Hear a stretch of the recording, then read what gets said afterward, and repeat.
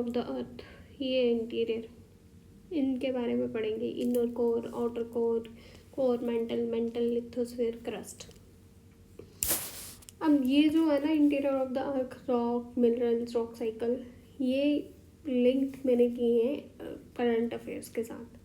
पहले तो क्या स्ट्रक्चर है, फिर उसके बाद क्या डायमेंशंस हैं, फिर हम कैसे इंटीरियर ऑफ द अर्थ के बारे में पढ़ेंगे, फिर उसके बाद मोह डिसकंटिन्यूटी क्या होती है, जो डिसकंटिन्यूटीज़ हैं उनके बारे में, मोह क्या है, फिर उसको लिंक किया है उसके साथ, करंट अफेयर्स के साथ। फिर गुटनबर्ग है, जैसे लेमन डिसकंटिन्यूटी है, उनको भी करंट अफेयर के साथ रिलेट करके क्या कंपैरेटिव है। फिर रॉक्स एंड मिनरल्स क्या होते हैं, रॉक साइकिल क्या होता है, इन सबको करंट अफेयर के साथ लिंक करके हम पढ़ेंगे। और ऑप्शनल के क्या कहाँ कहाँ पे आ सकता है वहाँ पे भी पढ़ेंगे, क्या गवर्नमेंट की इनिशिएटिव है और पॉलिसीज़ है, ये सब पढ़ने वाले हैं इसमें। सबसे पहले है इंटीरियर ऑफ द अर्थ, अर्थ का कैसा इंटीरियर होता है उसके बारे में, ठीक है। इंटीरियर मतलब स्ट्रक्चर, 3 कंसंट्रेटेड लेयर्स हैं, क्रस्ट, मेंटल और कोर। क्रस्ट क्या है, सबसे पहली लेयर है, आउटर मोस्ट लेयर है, सबसे थिन और पतली है। कॉन्टिनेंट, इसमें 2 टाइप्स की होती है, कॉन्टिनेंटल क्रस्ट होती है, ओशनिक क्रस्ट होती है। कॉन्टिनेंटल क्रस्ट क्या होती है, 35 से 70 किलोमीटर। ओशनिक क्रस्ट क्या होती है, 75 से 10 किलोमीटर के बीच में। फिर आती है मेंटल, मेंटल कितनी होती है, 2900 किलोमीटर की थिकनेस होती है, सेमी सॉलिड होती है। ये कब कहाँ आती है, क्रस्ट के बाद मेंटल आती है। ये 2 चीज़ में डिवाइड है, अपर एंड लोअर। इसमें सिलिकेट मटेरियल होता है, मैग्नीशियम, आयरन जैसी चीज़ें। कोर क्या होती है, जिसमें लिक्विड जनरेट होता है, अर्थ का मैग्नेटिक फील्ड है हमारा, ये भी 2 है। इसमें कंपोजिशन किसकी होती है, आयरन और निकल की। एक होता है आउटर कोर, एक होता है इनर कोर। फिर कॉन्टिन्यूटीज आ जाती है, मोहो, गुटनबर्ग और लेमन। अब जो मोहो है वो क्रस्ट और मेंटल की बाउंड्री की भी बात करता है, गुटनबर्ग मेंटल और आउटर कोर की, और लेमन आउटर और इनर कोर की।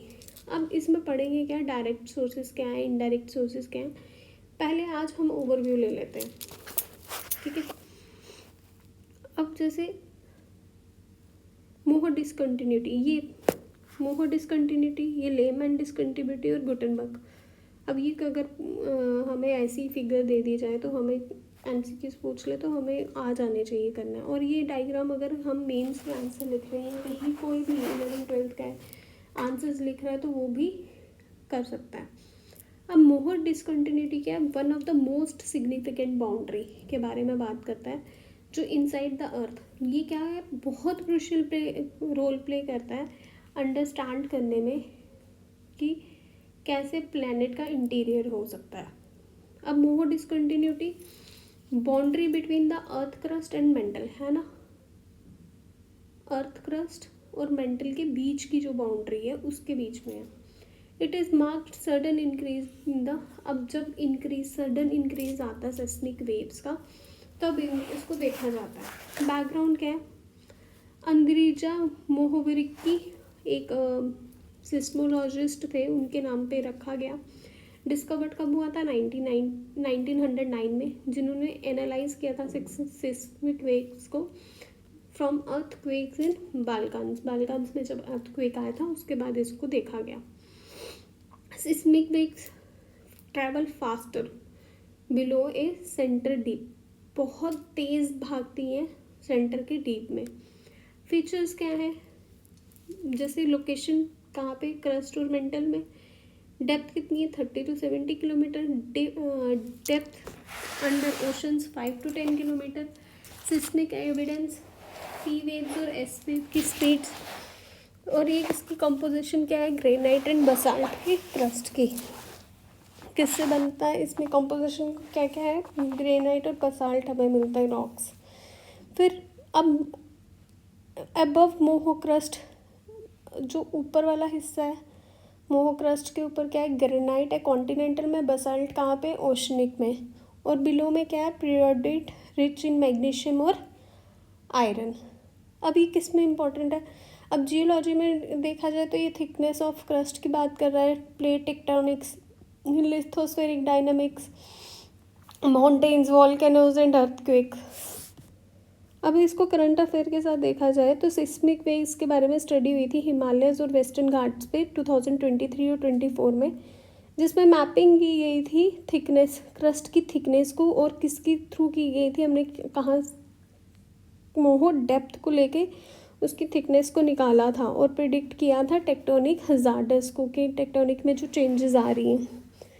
फिर इंडियाज लिथोस्फीयर मैपिंग प्रोग्राम चला था, ISRO plus geological survey of India ने लगाया मैपिंग सर्वे प्रोग्राम शुरू किया था, और इन्होंने भी मोहो डेप्थ को ही यूज़ करके अर्थ क्वेक प्रोन एरिया जोन्स को निकाला था। फिर उसके बाद रिसर्च हुई प्लेट सब्डक्शन बीनीथ द हिमालयाज 2024 में, कि हिमालय की जो प्लेट है वो सबड्यूज हो रही है, और ये यूजेस इन्होंने कहाँ से वेरिएशंस निकाले थे, मोहो से ही निकाले थे।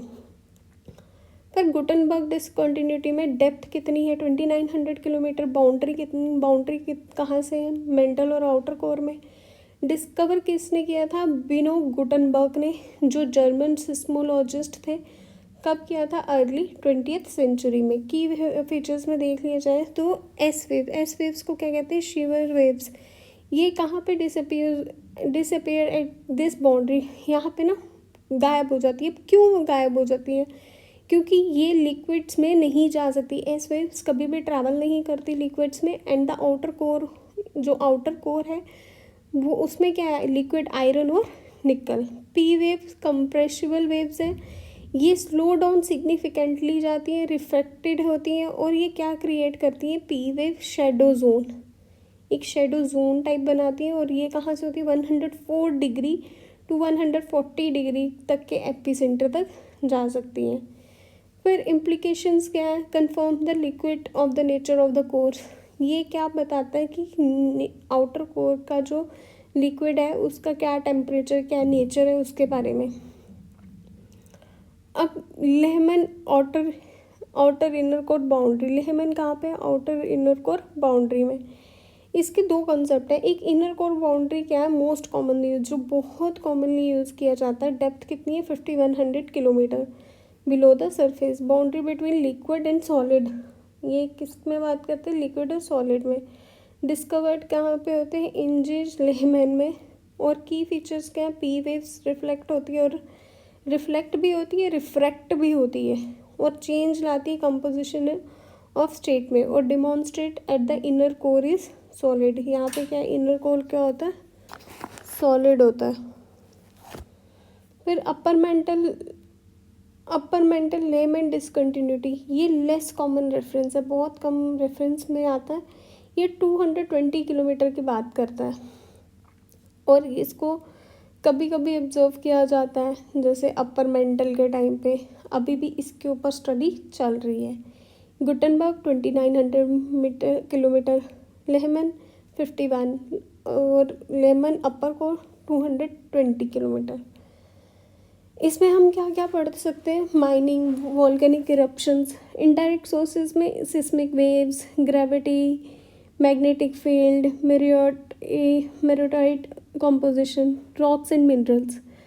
रॉक्स आर नेचुरली, अब रॉक्स के जो हमें नेचुरल वे में मिलते हैं, जैसे ये कहाँ पे फॉर्म होते हैं, लिथोस्फीयर में, और इनका टेक्सचर वेरी करता है, मिनरल्स वेरी करते हैं, और इनका ओरिजिन भी वेरी करता है।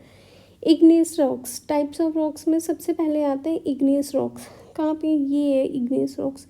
इग्नियस रॉक्स कैसे बनते हैं, found by cooling and solidification of magma. जब कूल डाउन हो जाते हैं और सॉलिड हो जाते हैं मैग्मा में, और मैग्मा या लावा, जब वॉल्केनिक एरप्शन होती है वहाँ से मैग्मा निकलता है, मैग्मा से वो जो लावा निकलता है वॉल्केनो से, वो जब जाके कूल डाउन होता है और एकदम से ठंडा हो जाता है, तो उसकी वजह से क्या बनते हैं, igneous rocks.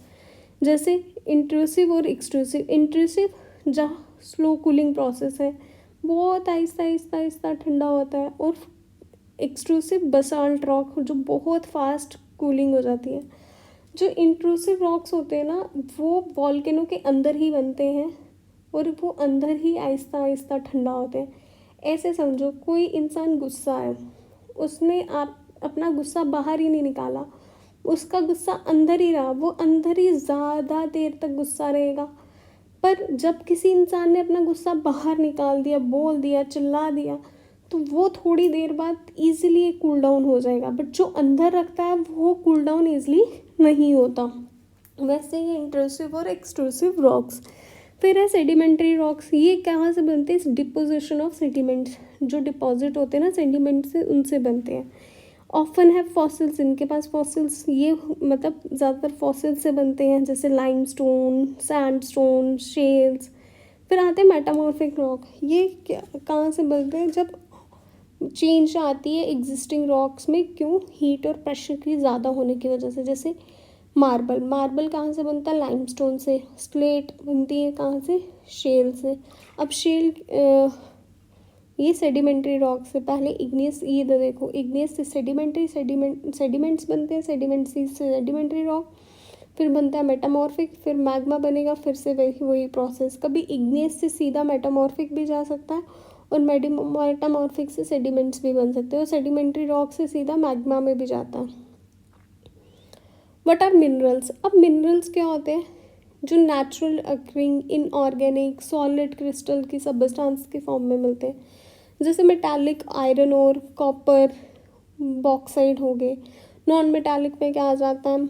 Mica, gypsum, limestone. Energy mineral में क्या आता है? कोल और यूरेनियम। करंट अफेयर के साथ लिंक करके अगर देखा जाए तो rare earth mineral in India बहुत रेयर है। अभी जैसे हमें लिथियम रिजर्व मिला है जम्मू और कश्मीर में, और इंडिया का एम क्या है कि हम अब अपनी जो रिड्यूस कर दें इंपोर्ट बैटरीज व्हीकल्स ये बनाना, क्योंकि लिथियम की ज़रूरत होती है। तो अब अगर हमें मिला है जम्मू और कश्मीर में 2023 में, तो हम बाहर से इंपोर्ट क्यों करेंगे? हम यहाँ से निकालेंगे। इलीगल माइनिंग केसेस, जैसे बहुत सारी माइनिंग केसेस हैं जो बहुत इलीगल वे में चलती है, जैसे कर्नाटका, झारखंड, यहाँ पे इलीगली माइनिंग हो रही है आयरन और कोल की। तो सुप्रीम कोर्ट ने यहाँ पे इंटरवेन किया और इन्वायरमेंटल कंसर्न्स को लेके इसको नोटेड किया और बोला कि इसको रोका जाए। डीप ओशन माइनिंग, ओशन के अंदर जाके जो माइनिंग होती है वो क्या है? India Samudrayaan mission NIOT targets polymetallic noodles in the Indian ocean. Polymetallic Indian oceans मतलब इंडियन ओशंस के अंदर से माइनिंग करके चीज़ों को निकालना। फिर है rock cycle. Rock cycles transforms. अब मैंने ऊपर बताना मैग्मा से इग्नियस रॉक, वेदरिंग और इरोजन होती है तो सेडिमेंट बनता है। फिर कंप्रेशन से सेडिमेंट्री रॉक बनता है, हीट एंड प्रेशर से मेटामॉर्फिक रॉक बनता है, और मेटालिक से मेल्टिंग होकर मैग्मा दोबारा से बनता है। This cycle demonstrates the dynamic nature of the earth's lithosphere.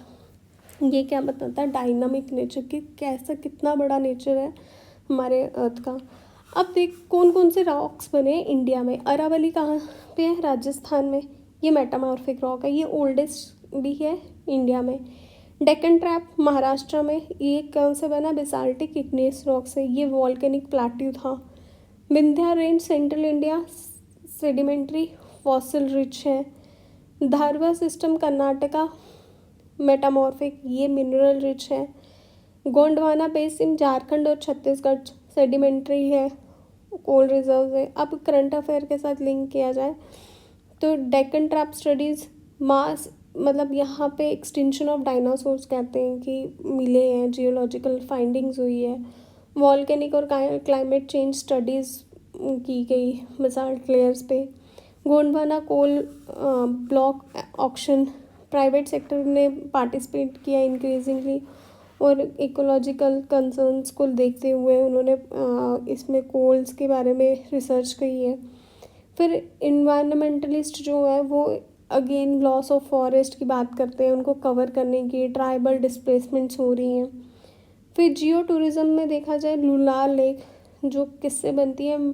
मेटेरो impact basalt rock से बनी हुई है, और इसको रिकग्नाइज्ड किसने किया है? यूनेस्को जियो पार्क कैंडिडेट ने। अब ऑप्शनल में GS1 में भी आ सकता है, जियोग्राफी ऑप्शनल में, डिज़ास्टर मैनेजमेंट में, इन्वायरमेंट इकोलॉजी में।